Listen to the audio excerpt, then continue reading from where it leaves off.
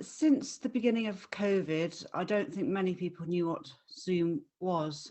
I did, but I think I was in the minority. I used to do one Zoom about a month because of a course I was doing at the time.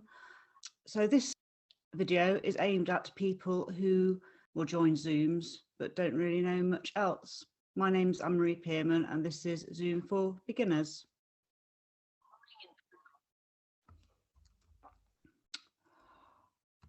Right, so I'm just sharing my screen now. Okay, so if I open a new tab, just to show you how you get into Zoom from your Chromebook or laptop. I'm using a Chromebook purely because my laptop is just not very responsive. There are limitations to using a Chromebook for Zoom, but that's more to do with when you are in the meeting itself. You can't do the quick reaction times, for example. So I'm just showing you how to schedule a meeting using Zoom. So go to www.zoom and it's zoom.us. And then I've got my own account, but if you were to go in as a first-time user, there's the option that you can see, oh, it's just gone now. It did say there, I think it's, can I do that? Yes, sign up free. So it is free to use Zoom. I do think there are certain limitations. So before COVID, you could video Zooms, and I don't know, to be honest with you, I'm not actually 100% sure whether it's a Chromebook thing or whether it's a laptop thing, but I ended up having to subscribe just so I could video my meetings, which I end up putting on YouTube. So I'm not 100% sure whether that's a Chromebook thing or whether if you use a laptop, you can still use record Zooms for free. So if anyone knows the answer, put it in the comments. Anyway, so sign up, and then when you've got an account, like most things, you just create a username and password, and then I think it might even be your email address, and then you're ready to go. So you go into my account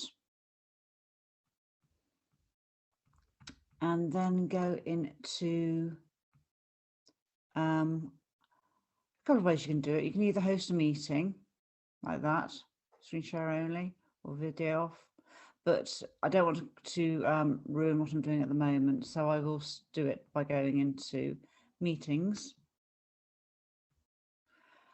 and then you can schedule a meeting. So I'm going to click on schedule a meeting. Going to just call it a test. Going to give it Tuesday's date. Actually, that's Tuesday gone. Next Tuesday.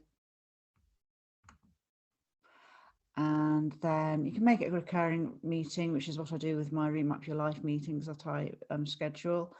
But for this occasion, I'm not going to do that. You can change the time, you can change the time zone, but I'm in UK, so I'm going to leave it as London.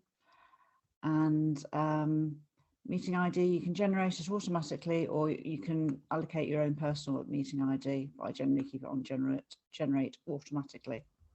And passcode, you can have that on or off, so people can join your meeting without having to put a password in. But one tip is that you can actually change the passcode. So I could change it to, for example, just to my own name.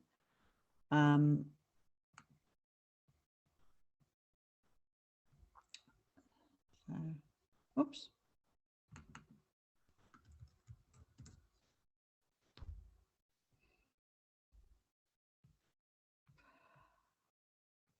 And you can ask for authentication to join.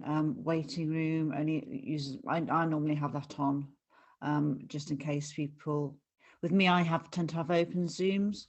I only give the link to a limited number of people, but anyone can join and there's no password. So I have a waiting room just as an extra security measure.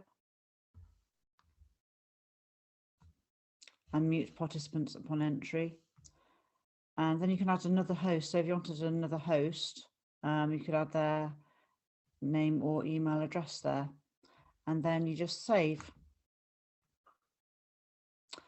And then you copy the invitation Well, this is the way I do it. So you can do it other ways as well. You can add it to your calendar and then send an invite from your calendar. What I tend to do is copy an invitation, which has all the information that they need. And then I go into my email, Outlook, in my case, put my Beyond Recovery email address. Just put test. And then I just paste by doing Control V. And then just send. And so that was the end of the Zoom class for beginners. Next week, I will be doing a class on how to record your Zoom calls. See you soon. Bye.